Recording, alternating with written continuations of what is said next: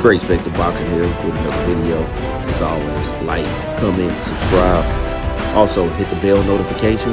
That way you can stay updated on the latest content from the channel. Show your boy some love.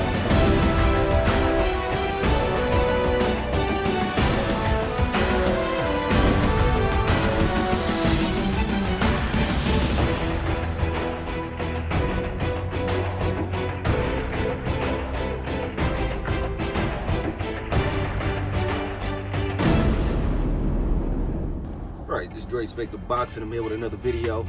Man, I just got through watching ERROL SPENCE and Mikey Garcia press conference.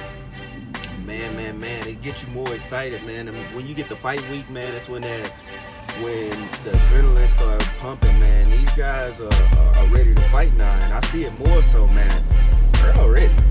That man is saying he's been ready 8 weeks ago. He being specific because that's the way, you know, when you real recognize real, man. When you have a certain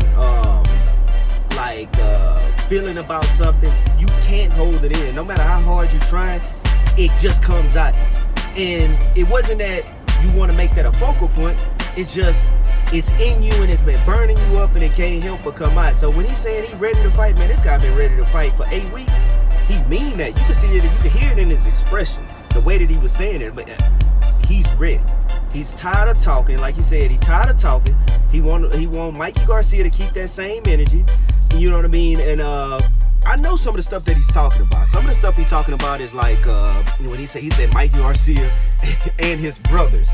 So it's not just what Mikey has been saying on Ellie's page. It's also been what his brother's been saying. And his brother's been, you know, talking shit too. The other Robert been saying shit like, yeah, he can get the knockout and shit, man. Hey, look, man, don't poke the fucking giant. Like, y'all already have a big task beating ERROL Spence. I think y'all have I don't think, and I think Mikey senses this. I don't think he's trying to upset ERROL. I don't think he's trying to fucking poke the fucking bear, because it's like any competitor. Like, if you ever seen Kobe Bryant play, if you ever seen LeBron play, Michael Jordan play, I'm just giving these basketball references because it's something easy that I can use. You ever seen them be playing and somebody push them down or somebody start talking shit, and all of a sudden they make it a focal point to make a game within the game because they're pissed off? And these are the type of guys you don't want to piss off, because they can go on these fucking scoring sprees just like boom, and it happens. So that's the same thing in this fight. I don't think that Mikey Garcia is trying to piss off ERROL Spence, because he knows a pissed off ERROL Spence is going to be even more motivated to come over there and tear his fucking head off. He don't need a motherfucker coming there trying to tear his head off. He need a guy coming in there trying to think through a game plan and trying to systematically break him down. You know, he needs the time to think through his own game plan. But I believe if ERROL comes with the force of like a Mike Tyson coming in there, that ain't what he's talking up a game plan like I see stuff. He wants ERROL to be patient in this fight. I see things. He's yet to tell us what the fuck he's seeing. I guarantee you he ain't seen shit. This is a payday for Mikey, man. Let's be very fucking blunt and frank. This is a payday for Mikey, man. This is not a, oh, I see something. You don't see shit. You know what I mean? The guy doesn't have many flaws. And that oh, he doesn't move his head shit. Who hits him? You know what I mean? Like who hurts him? You know, he blocks a lot of punches with his gloves. Ever look at ERROL? Another thing is he doesn't stay in range enough to get hit. The guy gets in range and gets out of range. What the fuck are y'all talking about when you say he don't move his head? Shit, he moves his whole fucking body. That's what, you know what I mean? That argument of he doesn't move his head. Dude, if I'm here and then I'm backed out of here, how can you hit me? I don't give a fuck if he pulling straight back. If he's not in the range for you to hit him, if he's on offense and his offense negates your defense, that's defense. That offense becomes defense, and then he's out of range. That combined with his range makes him hard to be hit. So all that shit Mikey's saying that he see, I hope he fucking sees something. He gonna need some shit. You know, and I like Mikey, man. I like Mikey. I like Mikey at 135. I like Mikey at 140 at best. And I think all this competition will be at 140. But 147, these guys are a little bit too big for Mikey. Mikey is a very small guy. But put it in stature like this. Mikey Garcia is about the same height as Sean Porter. right? And we see the shit that Sean Porter has to go through, being that height, being that size at 147. He's one of the more vulnerable champs because of his size disadvantage. It's harder going against those bigger guys and trying to get inside on them and trying to find ways to, you know what I mean, to penetrate their defense from that size. You can't fight on the outside without the reach.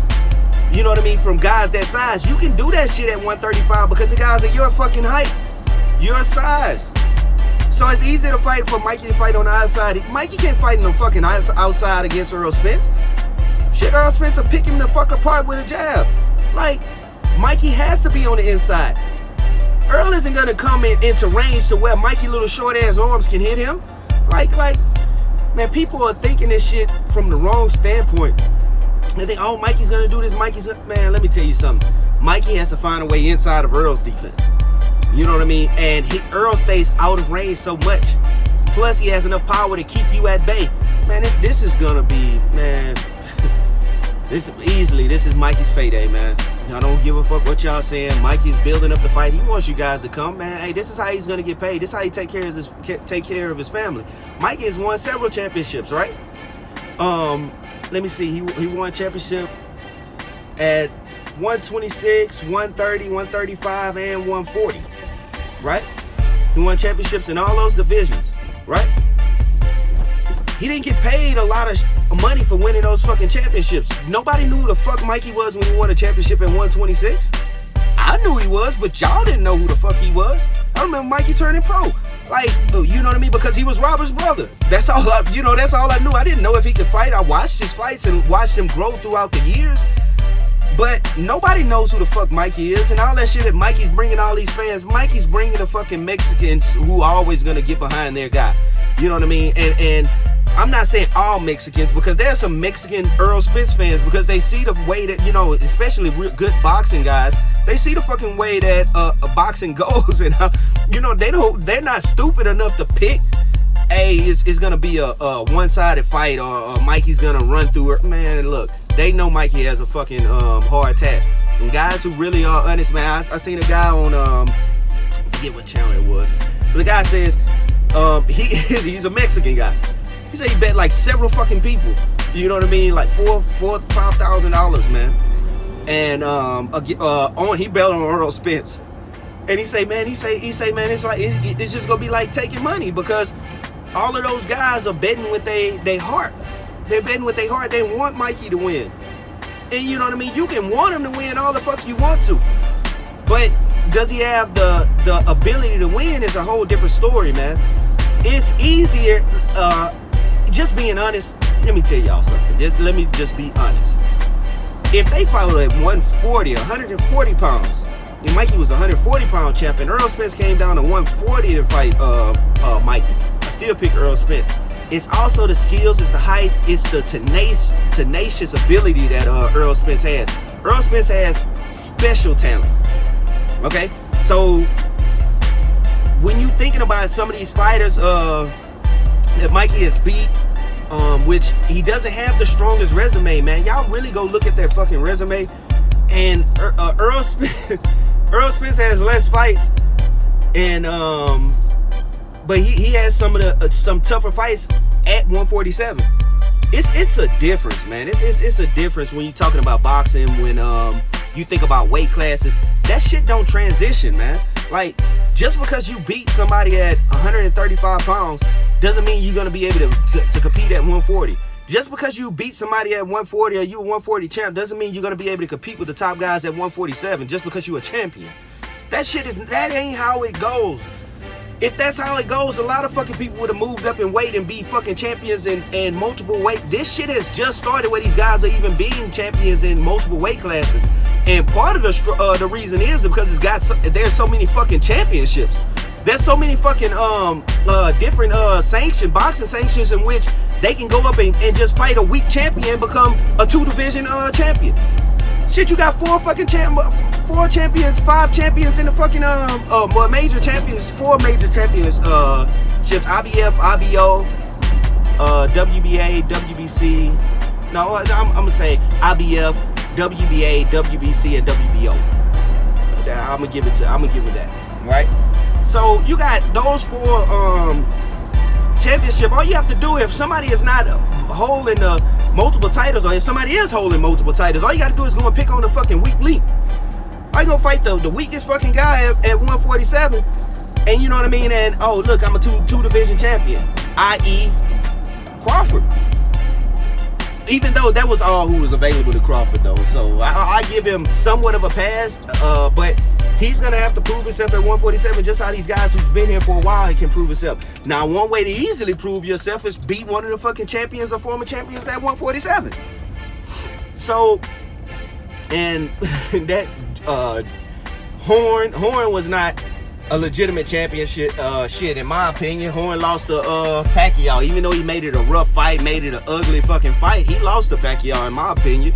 Now if Terrence Crawford would have got a fight while Pacquiao was with Top Rank versus Pacquiao, beat Pacquiao for that championship, which I wish would have happened. That was a gateway, and I don't know why the fuck stupid ass Bob Arum didn't do it. Now he trying to discredit Pacquiao, saying that Terrence Crawford would have happened. We don't know what the fuck would have happened because they fucking didn't fight. And that's the point that I'm trying to make, as far as you waited too long driving. Hey, but that's the point I'm trying to make as far as these fight games, man. These guys say, you know, a lot of shit of what would have happened, what could happen, what should happen, man. We don't know until these guys get in the ring. We do all this prediction and shit. I do a lot of fucking prediction, and I do a lot of what is and what ifs. But shit, I cannot say what will happen. All I can tell you, the best thing I can tell you is what has happened. The fights that has happened and what has been done when it has happened. When Errol Spence has been met with challenges, he's fucked these guys up. And I'm talking about tenaciously fuck these guys up. When Mikey Garcia has been met with hard challenges, he's fought tough and he's won the fight. He's found ways to win the fight. So you got a guy who viciously fucking people up versus a guy who's winning fights at lower divisions, who's getting through, or you know, but he's winning some one-sided fights. You know what I mean? Something's got to give. Either Errol Spence is not gonna win, come with that tenacious ability, or you know, or Mikey's gonna not be able to just skate by and get him an easy W. You know what I mean? In a one-sided fight. So I pick the second, you know, the latter of Mikey just won't be able to run through Errol Spence or make it a one-sided fight. I don't even think Mikey is gonna win this fight.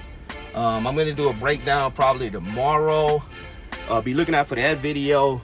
I'm also I may do, I think I may get on another channel with the guy with IBFP and do a debate with him Saturday.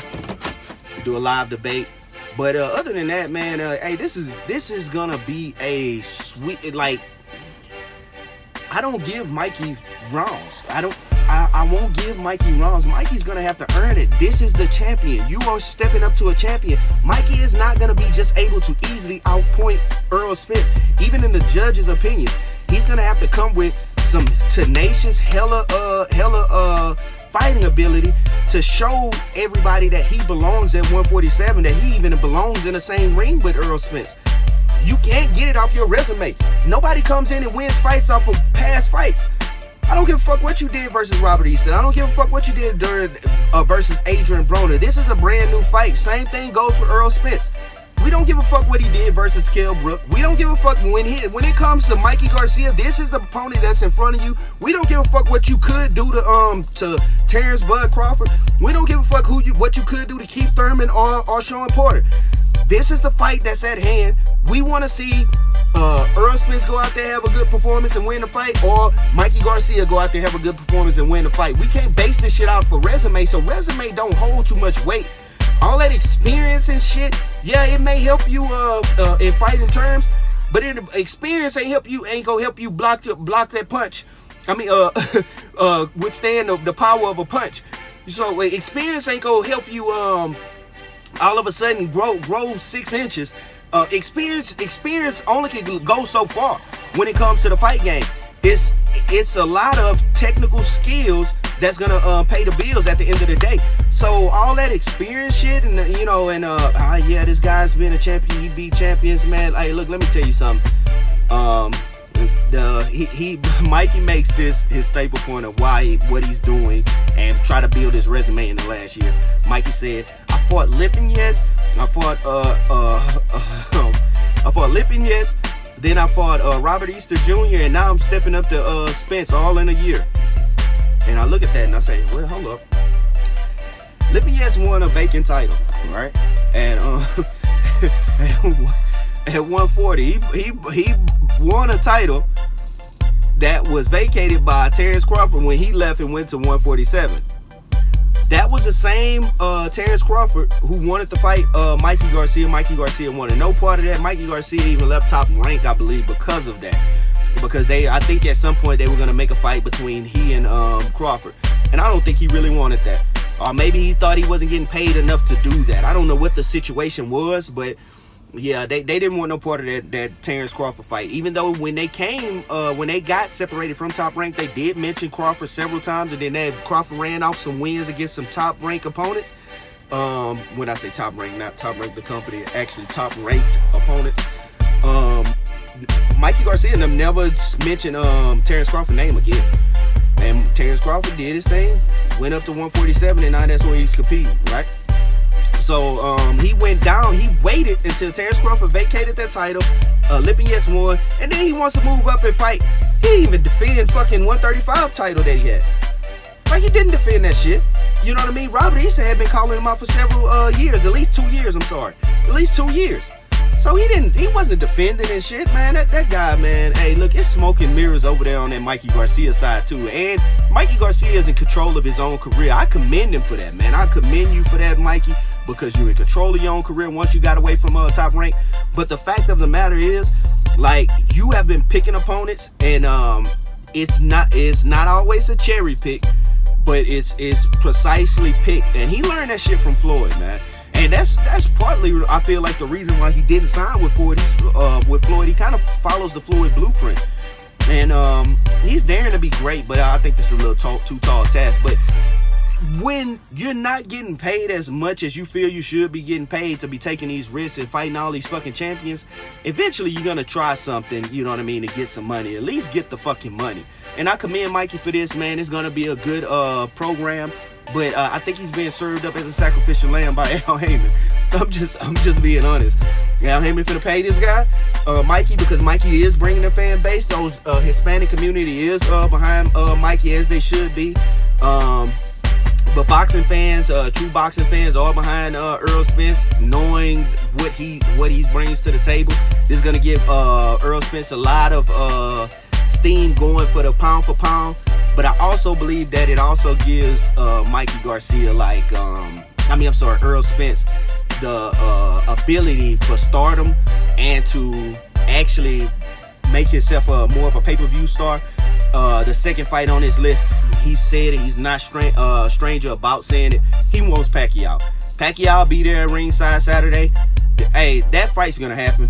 So just let you know, hey, this fight, Mikey Garcia versus Spence, and then we got to look forward later this year, Spence Pacquiao. That fight is gonna get made. That's Pacquiao's second fight of the deal. Pacquiao is old. He's not here for peanuts. Pacquiao is here for the biggest money-making fight at 147, right? He's not here, you know what I mean? He gonna serve himself up as a sacrificial lamb as well. But I guarantee you, he's not doing it for peanuts. He versus Keith Thurman, peanuts. Look at what Keith Thurman did versus Josecito Lopez. Everybody's gonna doubt him. Nobody's really gonna be tuned. Everybody's gonna think that, you know, Pacquiao's gonna wipe him. And I don't think Keith Thurman has it because of the long layoff.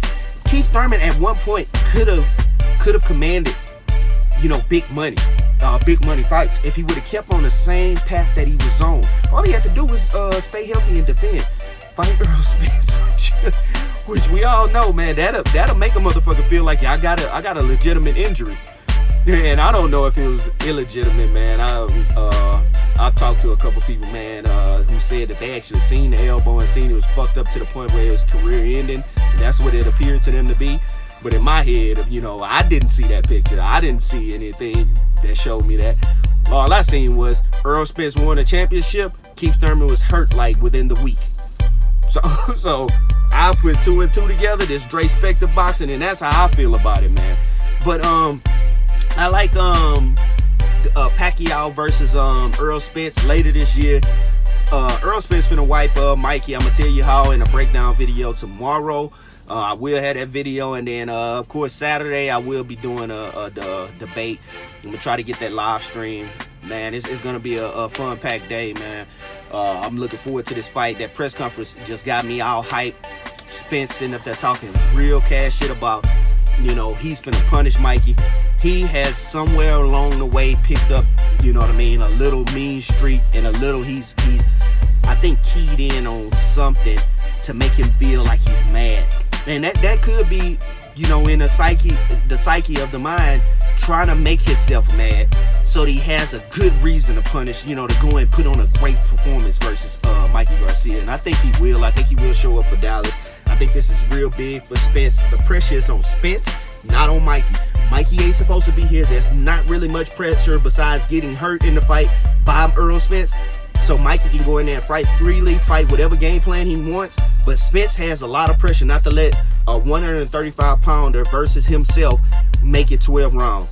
I think that Spence is going to get the knockout. I think Spence feels like he has to get the knockout. But I think Spence is smart enough, and I've seen this before, because of the way that Spence fights. I've seen this before, that he will not rush himself. He will take his time and systematically break this guy down, make it rough in there for Mikey, make it hard for Mikey to exist in the same ring with him, and he will get the knockout. I look forward to seeing this fight. Full breakdown tomorrow. I'm gonna give a breakdown and a prediction. As y'all see, I like Spence in the fight, but I'm gonna give a breakdown and prediction tomorrow. Give you the total round in which I feel like this will last, because I feel like I've said it. I feel like it's gonna be a knockout. But I'm going to break everything down and how the fight is pretty much going to go from my standpoint and from my viewpoint and what I've seen from both fighters before. I'm going to give the closest to a prediction that I can make from 2 undefeated fighters who I like both. You know, but this is just not Mikey's class. I feel like his top fight, you know what I mean, his top level would be at 140 for fighting. He's already 32, 31, 32, something like that. I can't remember. But I feel like, yeah, Mikey would tap out at 140. That 147 is just for the money. He's coming up here to get paid, to get his payday, and he deserves it. I'm going to tell y'all, man, Mikey has fought, you know what I mean, a lot of places, fought as championships. He's not been compensated well. He's fought for championships on other people's undercards. Man, like, you got to understand that this guy that's paid his dues. He's beat these champions, and I'll commend him for stepping up here to get his payday. At the end of the day, it is about taking care of your family and stuff. This guy has a family to take care of, and I commend him for that. It just think about it, man. Who else could he call that at 147 to command the money that he's gonna command? You know what I mean? And demand the money he's gonna demand, and he's gonna have a big multi-million-dollar payday come Saturday night. And here we go, man. Mikey, I wish you the best of luck up in the fight. Errol Spence, I wish you the best of luck. I hope these guys remain healthy for the next 3 days. We seen what happened to Abner, which I seen Abner on Fox just yesterday. And hey, I didn't like that shit. Look, let me tell you something, Abner. You know what I mean? You are the wrong person to be talking to me. He was challenging Sean Porter over the fight. Let me tell you something, motherfucker. You didn't even get in your fight. You didn't even make your fight. And you had 2 injuries. One was negated and the other one was held up, saying you had an eye injury. So I don't give a fuck about what Abner Morris is saying, man. Him commentating on Fox just gets under my fucking skin. And him trying to tell me about how hard Porter should have fought, man, that shit made me almost fucking jump through the TV.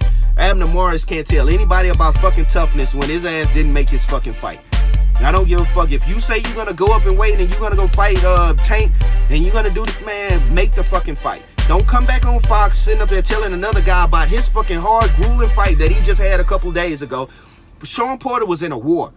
And I commend Sean Porter for getting in that ring and getting in that war. And whether he won or lost, or whether I felt he won or lost, that's besides it. He remained champion, and he sat there as a champion on yesterday. And Abner Morris had some shit to say to him. Man, fuck that. Fuck what Abner Morris has to say, man. You don't have shit else to say until you get your ass healthy, and then you go back and ask for that fight with Tank. We want to see you fight fucking Tank.